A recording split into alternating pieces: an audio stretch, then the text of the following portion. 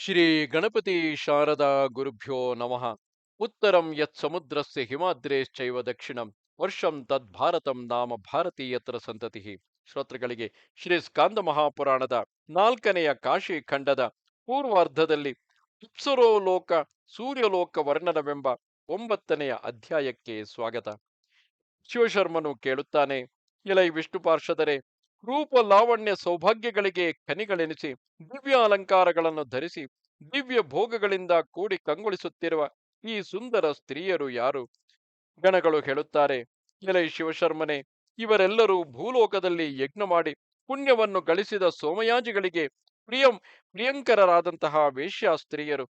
ಇವರು ಸಂಗೀತವನ್ನು ಚೆನ್ನಾಗಿ ಬಲ್ಲವರು, ನಾಟ್ಯದಲ್ಲಿ ಚತುರೆಯರು, ವಿವಿಧ ವಾದ್ಯಗಳಲ್ಲಿ ವಿಚಕ್ಷಣೆಯರು ಆಗಿರುತ್ತಾರೆ. ಕಾಮಕೇಳಿ ಕಲೆಗಳಲ್ಲಿ ಇವರಿಗೆ ಗೊತ್ತಿಲ್ಲದ ಸಂಗತಿಯು ಯಾವುದೂ ಇಲ್ಲ. ಜೂಜಾಡುವುದರಲ್ಲಂತೂ ಇವರು ವಿಶಾರದೆಯರು, ರಸಜ್ಞೆಯರಾಗಿ ಇಂಗಿತವನ್ನು ಬಲ್ಲವರಾಗಿ ಆಯಾಯ ಸಮಯಗಳಿಗೆ ಆಯಾಯ ಜನಗಳಿಗೆ ತಕ್ಕಂತೆ ಮಾತನಾಡುವುದರಲ್ಲಿ ಚದುರೆಯರು. ಹಲವಾರು ದೇಶಗಳ ವೈಶಿಷ್ಟ್ಯವನ್ನು ಬಲ್ಲವರು, ಅನೇಕ ಭಾಷೆಗಳಲ್ಲಿ ಕೋವಿದೆಯರು. ರಹಸ್ಯವಾದ ಸಂಗತಿಗಳನ್ನೆಲ್ಲ ತಿಳಿದು ಬರುವುದರಲ್ಲಿ ಇವರಿಗೆ ಬಹಳ ನೈಪುಣ್ಯವುಂಟು. ಗುಂಪುಗಳನ್ನು ಕಟ್ಟಿಕೊಂಡು ಇವರು ಮನಬಂದೆಡೆಗಳಲ್ಲಿ ಸ್ವೇಚ್ಛೆಯಾಗಿ ಸಂಚರಿಸುತ್ತಿರುತ್ತಾರೆ. ಹಾವ ಭಾವ ವಿಲಾಸ ವೈಖರಿಗಳಲ್ಲಿ ಇವರು ಸಂಪೂರ್ಣ ಪಾಂಡಿತ್ಯವನ್ನೊಳಗೊಂಡು ಬೇಳುವೆಯ ಮಾತುಗಳನ್ನು ಹೇಳುವುದರಲ್ಲಿ ಚತುರೆಯರಾಗಿ ತಮ್ಮ ಶೃಂಗಾರ ಚೇಷ್ಟೆಗಳಿಂದಲೇ ಯುವಕರ ಮನಸ್ಸನ್ನು ಸತತವೂ ವಿನೋದಗೊಳಿಸುತ್ತಿರುತ್ತಾರೆ. ಮೂರು ಲೋಕಗಳನ್ನು ಗೆಲ್ಲುವವನಾದ ಮನ್ಮಥನ ಮೋಹನಾಸ್ತ್ರವೆನಿಸಿದ ಇವರೆಲ್ಲರೂ ಪೂರ್ವದಲ್ಲಿ ಸಮುದ್ರ ಮಥನ ಮಾಡಿದಂದು ಆವಿರ್ಭವಿಸಿದ ಅಪ್ಸರೆಯರು. ಊರ್ವಶಿ, ಮೇನಕೆ, ರಂಭೆ, ಚಂದ್ರಲೇಖೆ, ತಿಲೋತ್ತಮೆ, ವಪುಷ್ಮತಿ, ಕಾಂತಿಮತಿ, ಲೀಲಾವತಿ, ಉಪಲಾವತಿ, ಅಲಂಬುಸೆ, ಗುಣವತಿ, ಸ್ಥೂಲಕೇಶಿ, ಕಲಾವತಿ, ಕಲಾನಿಧಿ, ಗುಣನಿಧಿ, ಕರ್ಪೂರ ತಿಲಕೆ, ಉರ್ವರೆ, ಅನಂಗಲತಿಕೆ, ಮದನ ಮೋಹಿನಿ, ಕೋರಾಕ್ಷಿ, ಚಂದ್ರಕಲೆ, ಮುನಿ ಮನೋಹರೆ, ಗ್ರಾವದ್ರಾವೆ, ತಪೋದ್ವೇಷ್ಟಿ, ಚಾರುನಾಸಿ, ಸುಕೃಣಿಕೆ, ದಾರು ಸಂಜೀವಿನಿ, ಸುಶ್ರೀ, ಋತುಶುಲ್ಕೆ, ಶುಭಾನನೆ, ಉಪಶುಲ್ಕೆ, ತೀರ್ಥಶುಲ್ಕೆ, ದಾನಶುಲ್ಕೆ, ಹಿಮಾವತಿ, ಪಂಚಾಶ್ವಮೇಧಿಕೆ, ರಾಜಸೂಯಾರ್ಥಿನಿ, ಅಷ್ಟಾಗ್ನಿಹೋಮಿಕೆ, ವಾಜಪೇಯ ಶತೋದ್ಭವೆ ಎಂಬಿವರೇ ಮೊದಲಾದ 60,000 ಮಂದಿ ಅಪ್ಸರೋತ್ತಮೆಯರು ಇಂದಿಗೂ ಎಂದಿಗೂ ಜಾರದಿರುವ ಸೌಂದರ್ಯ ಲಾವಣ್ಯ ಯೌವನಗಳುಳ್ಳವರಾಗಿ ಈ ಅಪ್ಸರೋ ಲೋಕದಲ್ಲಿ ವಾಸ ಮಾಡುತ್ತಿರುತ್ತಾರೆ. ದಿವ್ಯ ಪೀತಾಂಬರಗಳನ್ನುಟ್ಟು ದಿವ್ಯ ಪುಷ್ಪಮಾಲೆಗಳನ್ನು ಧರಿಸಿ ದಿವ್ಯ ಗಂಧಾನುಲೇಪನದಿಂದ ಸೊಗಸುಗೊಂಡು ದಿವ್ಯ ಭೋಗಗಳ ಸಮೃದ್ಧಿಯನ್ನು ಒಳಗೊಂಡವರಾಗಿ ತಮ್ಮ ಇಷ್ಟಾನುಸಾರವಾಗಿ ರೂಪಗಳನ್ನು ಧರಿಸುವ ಸಾಮರ್ಥ್ಯವನ್ನು ಹೊಂದಿ ಇವರೆಲ್ಲರೂ ಈ ಲೋಕದಲ್ಲಿ ನೆಲೆಸಿರುತ್ತಾರೆ. ಮಾಸೋಪವಾಸಗಳನ್ನು ಮಾಡಿ ನಿರಂತರವೂ ಬ್ರಹ್ಮಚರ್ಯ ವ್ರತದಿಂದಿದ್ದು ದೈವ ಯೋಗದಿಂದ ಒಂದೆರಡು ಬಾರಿ ವ್ಯಭಿಚರಿಸಿದ ಸ್ತ್ರೀಯರು ರೂಪ ಲಾವಣ್ಯ ಸಂಪತ್ತಿನಿಂದ ಕೂಡಿದವರಾಗಿ ದಿವ್ಯ ಭೋಗಗಳನ್ನು ಅನುಭವಿಸುವ ಅಪ್ಸರೆಯರಾಗಿ ಸರ್ವಕಾಮ ಸಮನ್ವಿತೆಯರೆನಿಸಿ ಈ ಅಪ್ಸರೋ ಲೋಕದಲ್ಲಿ ವಾಸ ಮಾಡುತ್ತಾರೆ. ಕಾಮಿಕಗಳಾದ ವ್ರತಗಳೆಲ್ಲವನ್ನು ವಿದ್ಯುಕ್ತವಾಗಿ ಮಾಡಿ ಮುಗಿಸಿ ಆಮೇಲೆ ಸ್ವೇಚ್ಛಾಚಾರಿಣಿಯರಾಗುವ ಸ್ತ್ರೀಯರು ದೇವತೆಗಳಿಗೆ ಭೋಗ್ಯರೆನಿಸಿ ಈ ಲೋಕಕ್ಕೆ ಬರುತ್ತಾರೆ. ಪಾತಿವೃತ್ಯವನ್ನು ಧರಿಸಿದ ನಾರಿಯರು ಬಲಿಷ್ಠನಾದವನು ತಮ್ಮನ್ನು ಬಲಾತ್ಕರಿಸಿ ಹಿಡಿದಂದು ನಿರ್ವಾಹವಿಲ್ಲದೆ ಅವನನ್ನೇ ಪತಿಬುದ್ಧಿಯಿಂದ ಭಾವಿಸಿ ಅವನೊಡನೆ ಕ್ರೀಡಿಸಿದ ಫಲವಾಗಿ ಈ ಅಪ್ಸರೆಯರಾಗಿ ಹುಟ್ಟುತ್ತಾರೆ. ಗಂಡನು ದೇಶಾಂತರಕ್ಕೆ ಹೋಗಿರುವಾಗ ಯಾವಾಗಲೂ ಬ್ರಹ್ಮಚರ್ಯ ವ್ರತದಲ್ಲಿಯೇ ಇದ್ದುಕೊಂಡು ದೈವ ಯೋಗದಿಂದ ಯಾವಾಗಲೋ ಒಮ್ಮೆ ಸದಾಚಾರದಿಂದ ಜಾರಿದ ಹೆಂಗಸರು ಈ ಲೋಕದಲ್ಲಿ ಅಪ್ಸರೆಯರಾಗುತ್ತಾರೆ. ಮಗಿಸುವ ಹೂಗಳು, ತೆಳುವಾದ ಸೊಗಸಾದ ವಸ್ತ್ರಗಳು, ದಿವ್ಯ ಚಂದನ, ಬೆಳ್ಳನೆ ಬೆಳಗುವ ಕರ್ಪೂರ, ಬಹು ಸೂಕ್ಷ್ಮವಾದ ಚೀನಾಂಬರಗಳು, ಸಮವಾದ ಮತ್ತು ಉದ್ದನೆಯ ವೀಳೆಯದೆಲೆ, ಪಕ್ವವಾಗಿ ಕಠಿಣವಾದ ಅಗ್ರಗಳುಳ್ಳವುಗಳಾಗಿ ಬಂಗಾರದ ಬಣ್ಣಕ್ಕೆ ತಿರುಗಿ ದಪ್ಪವಾದ ಕಪ್ಪುಗಟ್ಟಿದ ನಾರುಳ್ಳದಾದ ವೀಳೆಯದೆಲೆ, ಸುಗಂಧ ದ್ರವ್ಯಗಳಿಂದ ಕೂಡಿದ ಅಡಿಕೆಯ ಪುಡಿ, ಮಲಗುವ ಮನೆಗೆ ತಕ್ಕುದಾದ ಅಲಂಕಾರಗಳು, ಅನೇಕ ಕೌತುಕ ವಸ್ತುಗಳು ಇವುಗಳನ್ನು ಕೊಡಲು ಯಾವ ನಾರಿಯು ದ್ವಿಜದಂಪತಿಗಳನ್ನು ರವಿ ಸಂಕ್ರಮಣ ಕಾಲದಲ್ಲಿ ಪೂಜಿಸಿಯೋ ಪ್ರತಿ ಅಮಾವಾಸ್ಯೆಯ ದಿನದಲ್ಲಿಯೋ 1 ಸಂವತ್ಸರದವರೆಗೂ ಅರ್ಚಿಸಿಯೋ ಕೋದತ್ಕಸ್ಮ ಅದಾತ್ ಕಾಮ ಯಾದಾತ್ ಕಾಮೋ ದಾತ ಕಾಮಃ ಪ್ರತಿಗ್ರಹೀತ ಕಾಮಯಿತತ್ತೆ ಎಂಬ ಮಂತ್ರದಿಂದ ಕಾಮರೂಪಧರನಾದ ದೇವನು ತೃಪ್ತನಾಗಲಿ ಎಂದು ಹೇಳಿಕೊಂಡು ಭೋಗದಾನವೆನಿಸಿದ ಈ ಶಯ್ಯಾದಾನವನ್ನು ಮಾಡುವಳು ಆ ಉತ್ತಮಳು 1 ಕಲ್ಪಕಾಲ ಈ ಅಪ್ಸರೋ ಲೋಕದಲ್ಲಿ ವಾಸ ಮಾಡುತ್ತಾಳೆ.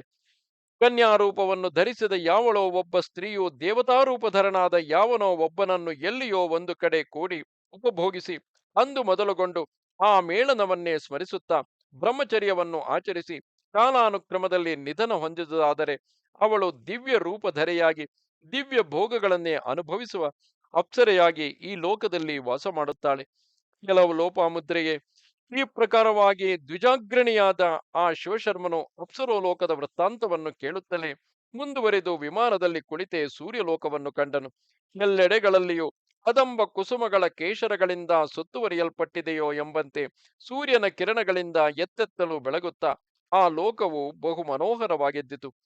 ವಿಚಿತ್ರವಾದ ಒಂದೇ ಒಂದು ಗಾಲಿಯನ್ನೊಳಗೊಂಡು 7 ಕುದುರೆಗಳು ಕೂಡಿ ಸಾರಥಿಯಾದ ಅರುಣನು ಆ ಕುದುರೆಗಳ ಹಗ್ಗವನ್ನು ಹಿಡಿದು ಕುಳಿತಿರಲು ಅಪ್ಸರೆಯರು, ಮುನಿಗಳು, ಗಂಧರ್ವರು, ಸರ್ಪಗಳು, ಯಕ್ಷರು, ರಾಕ್ಷಸರು ಇವರೇ ಮೊದಲಾದವರಿಂದ ತುಂಬಿ 9,000 ಯೋಜನಗಳ ವಿಸ್ತಾರವನ್ನೊಳಗೊಂಡ ರಥದಲ್ಲಿ 2 ಕೈಗಳಲ್ಲಿಯೂ ಕಮಲಗಳನ್ನು ಹಿಡಿದು ಸುಖಾಸೀನನಾಗಿದ್ದ ಸೂರ್ಯ ಭಗವಂತನನ್ನು ಕಂಡು ಆ ಶಿವಶರ್ಮನು ದೂರದಿಂದಲೇ ಕೈಮುಗಿದನು.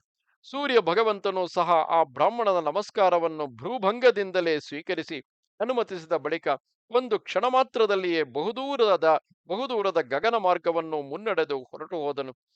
ಆ ದ್ಯುಮಣಿಯು ಬಹುದೂರ ಹೊರಟು ಹೋದ ಮೇಲೆ ತೃಪ್ತನಾದ ಆ ಶಿವಶರ್ಮನು ಭಗವದ್ಭಕ್ತರಾದ ವಿಷ್ಣುಗಣಗಳನ್ನು ಕುರಿತು ಸೂರ್ಯಲೋಕವು ಲಭಿಸುವುದು ಎಂತು ಎಂದು ಪ್ರಶ್ನಿಸಿದನು. ಎಲೈ ಗಣಗಳಿರ, ಈ ಸೂರ್ಯಲೋಕವು ಲಭಿಸುವ ವಿಧಾನವೆಂತಹುದು ಎಂಬುದನ್ನು ಕೇಳಲು ಮನಸ್ಸಾಗುತ್ತಿದೆ. ನೀವು ದಯವಿಟ್ಟು ಹೇಳಬೇಕು. ಜೊತೆಯಾಗಿ 7 ಹೆಜ್ಜೆಗಳನ್ನು ನಡೆಯುವುದೇ ಕಳೆಯೆಂದು ಹೇಳುತ್ತಾರೆ. ಇದೀಗ ನನ್ನಲ್ಲಿ ನಿಮಗಿರುವ ಆ ಕಳೆಯಿಂದಲೇ ಆ ಪ್ರೇರಿತರಾಗಿ ಆ ವಿಚಾರವನ್ನು ನನಗೆ ಹೇಳಬೇಕು ಎಂದನು. ಗಣಗಳು ಹೇಳುತ್ತಾರೆ, ಅಯ್ಯ ಬ್ರಾಹ್ಮಣನೇ, ಪ್ರಾಜ್ಞನಾದ ನಿನಗೆ ಹೇಳಬಾರದ್ದೇನೂ ಇರುವುದಿಲ್ಲ. ಇದರ ಮೇಲೆ ಸಜ್ಜನರ ಸಹವಾಸದಿಂದಲೇ ಸತ್ಕಥಾ ಕಲಾಪವೆಂಬುದು ನಡೆಯುತ್ತದೆ. ಸಮಸ್ತ ಭೂತಗಳಿಗೂ ನಿಯಂತ್ರವಾಗಿ ಸಮಸ್ತಕ್ಕೂ ಒಂದೇ ಒಂದು ಉತ್ತಮೋತ್ತಮವಾದ ಕಾರಣ ಸ್ವರೂಪನಾಗಿ ಹೆಸರು, ಗೋತ್ರ, ರೂಪ ಮೊದಲಾದವುಗಳಿಂದ ವರ್ಜಿತನಾಗಿ ಕೇವಲ ಭ್ರೂಭಂಗ ಮಾತ್ರದಿಂದಲೇ ಜಗತ್ತಿನ ಆವಿರ್ಭಾವ ತಿರೋಭಾವಗಳನ್ನೆಸಗುತ್ತಾ ಸರ್ವಾತ್ಮನೆನಿಸಿದ ವೇದ ಪುರುಷನು ಯಾವನೋ ಅವನೇ ಸಂತತವು ಈ ರೀತಿ ಹೇಳುತ್ತಿರುತ್ತಾನೆ. ಯಾವನು ಸೂರ್ಯಮಂಡಲ ಮಧ್ಯವರ್ತಿಯಾದ ಪರಮ ಪುರುಷನೋ ಅವನೇ ನಾನೆಂಬುದು ಸ್ಫುಟವು. ಯಾರು ಆ ಪುರುಷೋತ್ತಮನನ್ನುಳಿದು ಇತರ ದೈವಗಳನ್ನು ಉಪಾಸಿಸುತ್ತಾರೆಯೋ ಅವರು ಅಂಧ ತಮಸ್ಸನ್ನು ಹೋಗುತ್ತಾರೆ.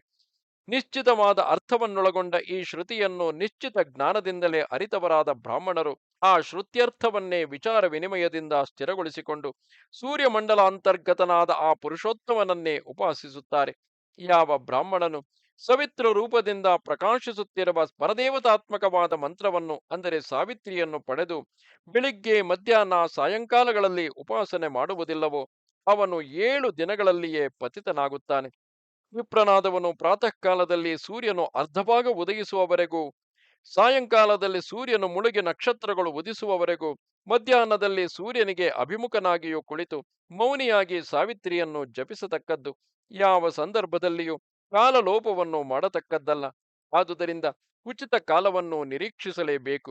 ಅಯ್ಯ ಶಿವಶರ್ಮನೆ, ಉಚಿತವಾದ ಕಾಲದಲ್ಲಿಯೇ ಔಷಧಿಗಳೆಲ್ಲವೂ ಫಲಿಸುತ್ತವೆ, ವೃಕ್ಷಗಳೆಲ್ಲವೂ ಪುಷ್ಪಿಸುತ್ತವೆ, ಮೇಘಗಳು ಮಳೆಗರೆಯುತ್ತವೆ. ಆದುದರಿಂದ ಕಾಲವನ್ನು ಮೀರಬಾರದು. ಸೂರ್ಯನು ಉದಯಾಸ್ತಮಯ ಕಾಲಗಳಲ್ಲಿ ಮಂದೇಹ ರಾಕ್ಷಸರ ನಾಶಕ್ಕಾಗಿ ಬ್ರಾಹ್ಮಣರು ಕೊಡುವ 3 ಬೊಗಸೆ ಮಂತ್ರ ಜಲವನ್ನು ಬಯಸುತ್ತಿರುತ್ತಾನೆ. ಯಾವನು ಗಾಯತ್ರಿ ಮಂತ್ರದಿಂದ ಕೂಡಿದ 3 ಬೊಗಸೆಗಳ ನೀರನ್ನು ಸೂರ್ಯನನ್ನು ಉದ್ದೇಶಿಸಿ ಅರ್ಘ್ಯ ಕೊಡುತ್ತಾನೆಯೋ ಅವನು 3 ಲೋಕಗಳನ್ನೇ ದಾನ ಮಾಡಿದವನಂತೆ ಎಣಿಸಲ್ಪಡುವನು. ಸಕಾಲದಲ್ಲಿ ವಿದ್ಯುಕ್ತವಾಗಿ ಉಪಾಸಿಸಲ್ಪಟ್ಟ ಸೂರ್ಯನು ಏನೇನನ್ನು ತಾನೇ ದಯಪಾಲಿಸುವುದಿಲ್ಲ. ಆಯಸ್ಸು, ಆರೋಗ್ಯ, ಐಶ್ವರ್ಯ, ಧನ, ಪಶುಗಳು, ಮಿತ್ರ, ಪುತ್ರ, ಕಳತ್ರ, ವಿವಿಧವಾದ ಕ್ಷೇತ್ರಗಳು, 8 ಬಗೆಯ ಭೋಗಗಳು ಅಂದರೆ ಸೌಗಂಧ್ಯ, ವನಿತಾ, ವಸ್ತ್ರ, ಗೀತ, ತಾಂಬೂಲ, ಭೋಜನ, ವಾಹನ, ಮಂದಿರ, ಇವು 8 ಬಗೆಯ ಭೋಗಗಳು. ವಿವಿಧ ಕ್ಷೇತ್ರಗಳು, 8 ಬಗೆಯ ಭೋಗಗಳು, ಸ್ವರ್ಗ, ಕಡೆಗೆ ಮೋಕ್ಷ, ಇವುಗಳೆಲ್ಲವನ್ನು ಉಪಾಸನೆಯಿಂದ ಸಂತುಷ್ಟನಾದ ಸೂರ್ಯನು ಉಪಾಸಕನಿಗೆ ಅನುಗ್ರಹಿಸುತ್ತಾನೆ. 18 ವಿದ್ಯೆಗಳಲ್ಲಿಯೂ ಮೀಮಾಂಸಾ ಶಾಸ್ತ್ರವು ಬಹಳ ಶ್ರೇಷ್ಠವಾದುದು. ಅದಕ್ಕಿಂತಲೂ ತರ್ಕಶಾಸ್ತ್ರವು, ಅದಕ್ಕಿಂತಲೂ ಪುರಾಣಗಳು, ಅದಕ್ಕಿಂತಲೂ ಧರ್ಮಶಾಸ್ತ್ರಗಳು, ಅವುಗಳಿಗಿಂತಲೂ ವೇದಶ್ರುತಿಯು, ಅದಕ್ಕಿಂತಲೂ ಉಪನಿಷತ್ತು, ಅದಕ್ಕಿಂತಲೂ ಗಾಯತ್ರಿಯು ಶ್ರೇಷ್ಠವಾದುದು. ಸಮಸ್ತ ಮಂತ್ರಗಳಲ್ಲಿಯೂ ಪುರಾಣ ಸಹಿತವಾದ ಗಾಯತ್ರಿ ಮಂತ್ರವು ದುರ್ಲಭವಾದುದು. ಗಾಯತ್ರಿ ಮಂತ್ರಕ್ಕಿಂತಲೂ ಮೇಲಾದ ಮಂತ್ರವು ವೇದಗಳಲ್ಲಿ ಯಾವುದೂ ಹೇಳಿರುವುದಿಲ್ಲ. ಅಯ್ಯ ಬ್ರಾಹ್ಮಣನೇ, ಗಾಯತ್ರಿಗೆ ಸಮಾನವಾದ ಮಂತ್ರವಿಲ್ಲ. ಕಾಶಿ ಪಟ್ಟಣಕ್ಕೆ ಸಮಾನವಾದ ಪಟ್ಟಣವಿಲ್ಲ. ವಿಶ್ವೇಶ್ವರನಿಗೆ ಸಮಾನವಾದ ಲಿಂಗವಿಲ್ಲ. ಇದು ಮೂರು ಮೂರು ಮೂರು ಮೂರು ಬಾರಿಗೆ ಸತ್ಯವಾದುದು. ಗಾಯತ್ರಿಯು ವೇದಗಳಿಗೆಲ್ಲ ತಾಯಿ. ಬ್ರಾಹ್ಮಣರನ್ನು ಪಡೆದವಳು ಆ ತಾಯಿಯು. ಹಾಡಿದವನನ್ನು ಕಾಪಾಡುವುದಾದುದರಿಂದ ಇದು ಗಾಯತ್ರಿ ಎಂದು ಹೇಳಲ್ಪಟ್ಟಿದೆ. ಸೂರ್ಯನಿಗೂ ಗಾಯತ್ರಿ ಮಂತ್ರಕ್ಕೂ ವಾಚ್ಯ ವಾಚಕ ಸಂಬಂಧವಿರುತ್ತದೆ. ಸೂರ್ಯನು ವಾಚ್ಯನಾದರೆ ಗಾಯತ್ರಿ ಮಂತ್ರವು ವಾಚಿಕವಾದುದು. ಈ ಗಾಯತ್ರಿಯ ಪ್ರಭಾವದಿಂದಲೇ ಕ್ಷತ್ರಿಯನಾದ ಕೌಶಿಕನು ಸಂಯಮಿಯಾಗಿ ರಾಜರ್ಷಿತ್ವವನ್ನು ಬಿಟ್ಟು ಬ್ರಹ್ಮರ್ಷಿ ಪದವನ್ನು ಪಡೆದನು. ಅವನು ಈ ಗಾಯತ್ರಿಯ ಪ್ರಭಾವದಿಂದಲೇ ಇನ್ನೊಂದು ಸ್ವರ್ಗವನ್ನು ಸೃಜಿಸುವ ಸಾಮರ್ಥ್ಯವನ್ನು ಪಡೆದನು. ಈ ವಿಶ್ವಾಮಿತ್ರನಂತೆಯೇ ಚೆನ್ನಾಗಿ ಉಪಾಸನೆ ಮಾಡಿದ್ದಾದರೆ ಗಾಯತ್ರಿಯು ಏನೇನನ್ನು ತಾನೇ ಅನುಗ್ರಹಿಸುವುದಿಲ್ಲ. ವೇದ ಪಠನದಿಂದಾಗಲಿ ಶಾಸ್ತ್ರ ವ್ಯಾಸಂಗದಿಂದಾಗಲಿ ಬ್ರಾಹ್ಮಣನು ಬ್ರಾಹ್ಮಣನೆನಿಸುವುದಿಲ್ಲ. ತ್ರಿಕಾಲಗಳಲ್ಲಿಯೂ ಗಾಯತ್ರಿಯನ್ನು ಉಪಾಸಿಸಿದರೇನೆ ಬ್ರಾಹ್ಮಣನೆನಿಸಿಕೊಳ್ಳುತ್ತಾನೆ. ಗಾಯತ್ರಿಯೇ ಸರ್ವೋತ್ತಮನಾದ ವಿಷ್ಣುವು. ಅದೇ ಪರಶಿವನು ಪರಬ್ರಹ್ಮನೂ ಆಗಿರುವುದು. ವೇದವು ಗಾಯತ್ರಿ ಸ್ವರೂಪವಾದುದೇ. ಸೂರ್ಯನು ಬ್ರಹ್ಮ ವಿಷ್ಣು ಮಹೇಶ್ವರಾತ್ಮಕನಾದವನು. ಸಮಸ್ತ ತೇಜಸ್ಸುಗಳ ರಾಶಿಯಾಗಿ ಕಾಲ ಸ್ವರೂಪನು ಕಾಲ ಪ್ರವರ್ತಕನೂ ಆಗಿರುವನು. ನಮ್ಮ ವೈಕುಂಠ ಲೋಕದಲ್ಲಿ ವಾಸಿಸುತ್ತಿರುವ ಸಾರಾಸಾರ ವಿವೇಕಿಗಳಾದ ಮಹನೀಯರು ಸೂರ್ಯನನ್ನು ಕುರಿತು ನಿರಂತರವೂ ಈ ಶ್ರುತಿಯನ್ನು ಉದಾಹರಿಸುತ್ತಾರೆ. ಈ ಸೂರ್ಯದೇವನೇ ಪ್ರದಿಶೆಗಳನ್ನು ಸಮಸ್ತ ದಿಕ್ಕುಗಳನ್ನು ಅಡ್ಡಲಾಗಿಯೂ ಮೇಲಕ್ಕೂ ಕೆಳಕ್ಕೂ ವ್ಯಾಪಿಸಿ ಅನಾದಿ ನಿಧನನಾಗಿರುವನು. ಆತನೇ ಮಾತೃಗರ್ಭದಲ್ಲಿ ನೆಲೆಸಿರತಕ್ಕವನು. ಅವನೇ ಹುಟ್ಟಿರುವವನು, ಮುಂದಕ್ಕೆ ಹುಟ್ಟುವವನು ಆದವನು. ಪ್ರತಿಯೊಂದು ಪದಾರ್ಥವನ್ನು ಸಂಬಂಧಿಸಿ ಕಣ್ಣು ತಲೆ ಕುತ್ತಿಗೆ ಕೈಕಾಲುಗಳು ಎಲ್ಲವುಗಳಲ್ಲಿಯೂ ವ್ಯಾಪಿಸಿ ಸರ್ವಶಕ್ತಿಮಯನಾಗಿ ವಿರಾಜಿಸುತ್ತಿರುವನು. ಯಾರಾದರೆ ಉದುತ್ಯಂ ಜಾತವೇದಸಂ ದೇವಂ ವಹಂತಿ ಕೇಶವಃ ದೃಶೇ ವಿಶ್ವಾಯ ಸೂರ್ಯ ಇತ್ಯಾದಿ ಸೂರ್ಯ ದೇವತಾಕವಾದ ಸೂಕ್ತಗಳಿಂದ ಸೂರ್ಯ ಭಗವಂತನನ್ನು ಉಪಾಸಿಸುತ್ತಾರೆಯೋ ಅವರು ಸೂರ್ಯನಿಗೆ ಸಮಾನವಾದ ತೇಜಶಾಲಿಗಳಾಗುತ್ತಾರೆ. ಪುಷ್ಯ ಮಾಸದ ಭಾನುವಾರಗಳಲ್ಲಿಯೂ ಹಸ್ತ ನಕ್ಷತ್ರದೊಡಗೂಡಿದ ಭಾನುವಾರದಲ್ಲಿಯೂ ಮೂಲ ನಕ್ಷತ್ರ ಸಹಿತವಾದ ಭಾನುವಾರದಲ್ಲಿಯೂ ಉತ್ತರ ನಕ್ಷತ್ರಯುಕ್ತವಾದ ಭಾನುವಾರದಲ್ಲಿಯೂ ಯಾವ ಕಾರ್ಯವನ್ನು ಮಾಡಿದರೂ ಸಫಲವೆನಿಸುತ್ತದೆ. ಪುಷ್ಯ ಮಾಸದ ಭಾನುವಾರದ ದಿನ ಸೂರ್ಯೋದಯದಲ್ಲಿ ಸ್ನಾನ ಮಾಡಿ ಸ್ನಾನ ಹೋಮ ಜಪಗಳನ್ನು ಮಾಡುವುದಲ್ಲದೆ ಸೂರ್ಯಾರ್ಚನೆಯನ್ನು ಮಾಡಿ ಶ್ರದ್ಧೆಯಿಂದ ಒಪ್ಪತ್ತು ಮಾತ್ರ ಊಟ ಮಾಡಿ ಕಾಮ ಕ್ರೋಧಗಳನ್ನು ದೂರಗೊಳಿಸಿದವನು ಅಪ್ಸರೆಯರೊಡನೆ ಆ ಸೂರ್ಯಲೋಕದಲ್ಲಿ ಮಹಾ ತೇಜಸ್ಸಂಪನ್ನನಾಗಿ ವಾಸ ಮಾಡುತ್ತಾನೆ.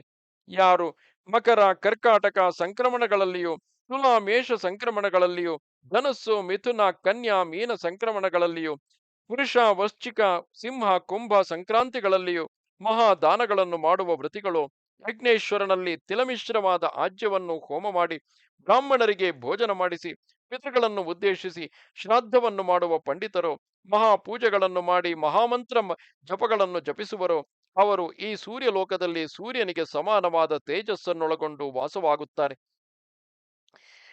ಸಂಕ್ರಮಣ ಕಾಲಗಳಲ್ಲಿ ಸೂರ್ಯನನ್ನು ಭಕ್ತಿಯಿಂದ ಆರಾಧಿಸಿದವರು ದರಿದ್ರರು, ದುಃಖಕ್ಕೊಳಗಾದವರು, ದುಃಖಕ್ಕೆ ತುತ್ತಾಗಿ ನರಳುತ್ತಿರುವವರು, ವಿರೂಪರು, ದುರ್ಭಗರು ಆಗುವುದಿಲ್ಲ. ಸಂಕ್ರಮಣ ಕಾಲಗಳಲ್ಲಿ ದಾನ ಮಾಡದವರು, ತೀರ್ಥಗಳಲ್ಲಿ ಸ್ನಾನ ಮಾಡದವರು, ಕಪಿಲೆ ಗೋವುಗಳ ತುಪ್ಪದಲ್ಲಿ ನೆನೆಸಿದ ಎಳ್ಳನ್ನು ಹೋಮ ಮಾಡದವರು ಈ ಲೋಕದಲ್ಲಿ ವಾಸ ಮಾಡುವುದಿಲ್ಲ. ಅವರು ಕಣ್ಣಿಲ್ಲದವರಾಗಿ ಹರುಕು ಬಟ್ಟೆಯನ್ನುಟ್ಟು ಮನೆ ಮನೆಯ ಬಾಗಿಲುಗಳಲ್ಲಿಯೂ ದೇಹಿ ದೇಹಿ ಎಂದು ಒರಲುವ ತಿರುಕರಾಗಿ ಹುಟ್ಟುತ್ತಾರೆ. ಕುರುಕ್ಷೇತ್ರದಲ್ಲಿ ಸೂರ್ಯಗ್ರಹಣ ಕಾಲದಲ್ಲಿ ಒಂದು ಗುಂಜಿ ಪ್ರಮಾಣದಷ್ಟಾದರೂ ಸುವರ್ಣವನ್ನು ದಾನ ಮಾಡಿದ ಪುಣ್ಯಶಾಲಿಯು ಈ ಸೂರ್ಯಲೋಕದಲ್ಲಿ ವಾಸ ಮಾಡುತ್ತಾನೆ. ರಾಹುಗ್ರಸ್ತವಾದ ಸೂರ್ಯಗ್ರಹಣ ಕಾಲದಲ್ಲಿ ಸಮಸ್ತ ಜಲವು ಗಂಗಾ ಜಲಕ್ಕೆ ಸಮಾನವಾದದ್ದು. ಸಕಲ ಬ್ರಾಹ್ಮಣರು ಸಾಕ್ಷಾತ್ ಬ್ರಹ್ಮನಿಗೆ ಸಮಾನರಾದವರೇ. ಕೊಡತಕ್ಕ ಸಮಸ್ತವು ಸ್ವರ್ಣಕ್ಕೆ ಸಮಾನವಾದುದೇ. ದಿನವೂ ಜಪ ಹೋಮ ಮತ್ತಾವುದಾದರೂ ಸತ್ಕರ್ಮಾನುಷ್ಠಾನ ಶ್ರಾದ್ದವೇ ಮೊದಲಾದವು ಇವೆಲ್ಲವನ್ನು ಸೂರ್ಯಗ್ರಹಣ ಕಾಲದಲ್ಲಿ ಆಚರಿಸಿದ್ದೇ ಆದರೆ ಸೂರ್ಯ ಸನ್ನಿಧಿಯನ್ನು ದೊರಕಿಸುವುದಕ್ಕೆ ಕಾರಣವಾಗುತ್ತದೆ.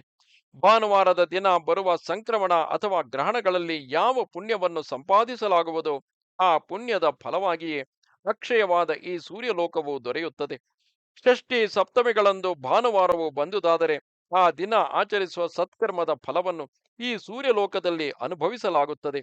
ಹಂಸ, ಭಾನು, ಸಹಸ್ರಾಂಶು, ತಪನ, ತಾಪನ, ರವಿ, ವಿಕರ್ತನ, ವಿವಸ್ವಂತ ವಿಶ್ವಕರ್ಮ, ವಿಭಾವಸು, ವಿಶ್ವರೂಪ, ವಿಶ್ವಕರ್ತ, ಮಾರ್ತಾಂಡ, ಮಿಹಿರ, ಅಂಶುವಂತ, ಆದಿತ್ಯ, ಉಷ್ಣಗು, ಸೂರ್ಯ, ಆರ್ಯಮ, ರತ್ನ, ದಿವಾಕರ, ದ್ವಾದಶಾತ್ಮ, ಸಪ್ತಹಯ, ಭಾಸ್ಕರ, ಅಹಸ್ಕರ, ಖಗ, ಸೂರ, ಪ್ರಭಾಕರ, ಶ್ರೀಮಂತ, ಲೋಕಚಕ್ಷು, ಗ್ರಹೇಶ್ವರ, ತ್ರಿಲೋಕೇಶ, ಲೋಕಸಾಕ್ಷಿ, ಅಮೋರಿ, ಶಾಶ್ವತ, ಶುಚಿ, ಗಭಸ್ತಿಹಸ್ತ, ತೀವ್ರಾಂಶು, ತರಣಿ, ಸುಮಹ, ಆರಣಿ, ದ್ಯುಮಣಿ, ಹರಿದಶ್ವ, ಅರ್ಕ, ಭಾನುಮಂತ, ಭಯನಾಶನ, ಚಂದೋಶ್ವ, ವೇದವೇದ್ಯ, ಭಾಸ್ವನ್, ಪೂಷ, ವೃಷಾಕಪಿ, ಏಕಚಕ್ರರಥ, ಮಿತ್ರ, ಮಂದೇಹಾರಿ, ಸಮಸ್ರಹ, ದೈತ್ಯಹಂತೃ, ಪಾಪಹರ್ತೃ, ಧರ್ಮ, ಧರ್ಮ ಪ್ರಕಾಶಕ, ಕೇಲಿಕ, ಚಿತ್ರಭಾನು, ಕಲಿಘ್ನ, ತಾರ್ಕ್ಷ, ವಾಹನ, ದಿಕ್ಪತಿ, ಪದ್ಮಿನೀನಾಥ, ಕುಶೇಶಯಕರ, ಹರಿ, ಧರ್ಮರಶ್ಮಿ, ದುರ್ನಿರೀಕ್ಷ್ಯ, ಚಂಡಾಂಶು, ಕಶ್ಯಪಾತ್ಮಜ ಎಂಬ ಈ 70 ಪುಣ್ಯಕರವಾದ ಸೂರ್ಯನಾಮಗಳಿಂದ ಮೊದಲು ಪ್ರಣವವನ್ನು, ಆಮೇಲೆ ಚತುರ್ಥ್ಯಂತವನ್ನು, ನಮಃಶಬ್ದವನ್ನು ಉಚ್ಚರಿಸಿಕೊಂಡು ದಿವಾಕರನನ್ನು ನೋಡುತ್ತಾ 2 ಕೈಗಳಲ್ಲಿಯೂ ನಿರ್ಮಲವಾದ ತಾಮ್ರಪಾತ್ರೆಯನ್ನು ಹಿಡಿದುಕೊಂಡು ಜಾನುಗಳಿಂದ ಭೂಮಿಯ ಮೇಲೆ ಕುಳಿತು ಆ ಪಾತ್ರೆಯನ್ನು ನೀರಿನಿಂದ ತುಂಬಿ ಕರವೀರಾದಿ ಕುಸುಮಗಳನ್ನು, ರಕ್ತ ಚಂದನ ಮಿಶ್ರಿತವಾದ ದೂರ್ವಾಂಕುರಗಳನ್ನು, ಅಕ್ಷತೆಗಳನ್ನು ಅದರಲ್ಲಿ ಹಾಕಿ ಧ್ಯಾನಪೂರ್ವಕವಾಗಿ ಆ ಪಾತ್ರೆಯನ್ನು ಕುತ್ತಿಗೆಯವರೆಗೂ ಎತ್ತಿ ಹಿಡಿದು ಅನನ್ಯ ದೃಷ್ಟಿಯು ಮನಸ್ಸು ಉಳ್ಳವನಾಗಿ ಅನರ್ಘ್ಯನಾದ ಸೂರ್ಯ ಭಗವಂತನಿಗೆ ಅರ್ಘ್ಯವನ್ನು ಕೊಡಬೇಕು. ಮಹಾಮಂತ್ರ ರಹಸ್ಯಗಳನ್ನೊಳಗೊಂಡ ಈ ಸೂರ್ಯನಾಮ ಸಪ್ತತಿಯಲ್ಲಿ ಸೂರ್ಯನ ಉದಯಾಸ್ತಮಾನ ಕಾಲಗಳಲ್ಲಿ ಒಂದೊಂದು ನಾಮಮಂತ್ರವನ್ನು ಉಚ್ಚರಿಸಿ ನಮಸ್ಕಾರ ಮಾಡತಕ್ಕದ್ದು. ಈ ಪ್ರಕಾರವಾಗಿ ಮಾಡುವ ಮಾನವನು ಎಂದಿಗೂ ದರಿದ್ರನಾಗುವುದಿಲ್ಲ, ದುಃಖಕ್ಕೊಳಪಡುವುದಿಲ್ಲ, ಜನ್ಮಾಂತರಗಳಲ್ಲಿ ಸಂಪಾದಿಸಿದ ಘೋರವಾದ ವ್ಯಾಧಿಗಳಿಂದಲೂ ವಿಮುಕ್ತನಾಗುತ್ತಾನೆ.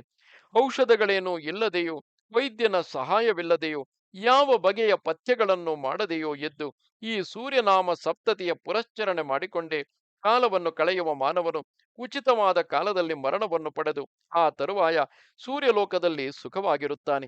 ಅಯ್ಯ ಶಿವಶರ್ಮನೆ, ಹೀಗೆ ಸೂರ್ಯಲೋಕದ ವೃತ್ತಾಂತವನ್ನು ಸ್ವಲ್ಪ ಮಟ್ಟಿಗೆ ನಿನಗೆ ಹೇಳಿದ್ದೇನೆ. ಮಹಾ ತೇಜೋನಿಧಿಯಾದ ಆ ಸೂರ್ಯ ಭಗವಂತನ ವಿಶೇಷ ಮಹಾತ್ಮ್ಯವನ್ನು ಬಲ್ಲವರಾರು. ವಿಷ್ಣು ಗಣಗಳು ಈ ಪ್ರಕಾರವಾಗಿ ಸೂರ್ಯಲೋಕವನ್ನು ವರ್ಣಿಸಿ ಹೇಳಲು ಆ ಶಿವಶರ್ಮನು ಆ ಪುಣ್ಯ ಕಥೆಯನ್ನು ಕೇಳುತ್ತಲೇ ಮುಂದುವರಿಯುತ್ತಾ ಕ್ಷಣ ಮಾತ್ರದಲ್ಲಿ ಮಹೇಂದ್ರನ ಮುಖ್ಯ ಪಟ್ಟಣವಾದ ಅಮರಾವತಿಯನ್ನು ಕಂಡನು. ಅಗಸ್ತ್ಯನು ಹೇಳುತ್ತಾನೆ, ಪ್ರಿಯಳೇ, ಅಪ್ಸರೋ ಲೋಕದೊಡಗೂಡಿದ ಈ ಸೂರ್ಯಲೋಕದ ಕಥೆಯನ್ನು ಕೇಳಿದವನು ಎಂದಿಗೂ ದರಿದ್ರನಾಗುವುದಿಲ್ಲವಲ್ಲದೆ ಅಧರ್ಮ ಕಾರ್ಯಗಳಲ್ಲಿ ಪ್ರವರ್ತಿಸುವುದಿಲ್ಲ. ಬ್ರಾಹ್ಮಣರು ಉತ್ತಮವಾದ ಈ ಆಖ್ಯಾನವನ್ನು ಸತತವೂ ಶ್ರವಣ ಮಾಡಬೇಕು. ಇದು ವೇದಪಾಠದಿಂದ ಯಾವ ಪುಣ್ಯವು ದೊರೆಯುತ್ತದೆಯೋ ಅದೇ ಪುಣ್ಯವನ್ನೇ ದೊರಕಿಸುತ್ತದೆ.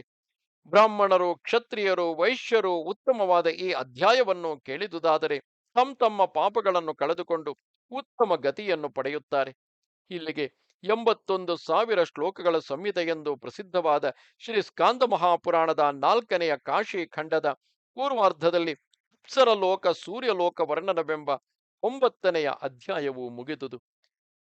ನಮಸ್ತೆ ಶಾರದೆ ದೇವಿ, ಕಾಶ್ಮೀರ ಪುರವಾಸಿನಿ, ತ್ವಾಮಹಂ ಪ್ರಾರ್ಥೆಯೇ ನಿತ್ಯಂ, ವಿದ್ಯಾದಾನಂಚ ದೇಹಿಮೆ.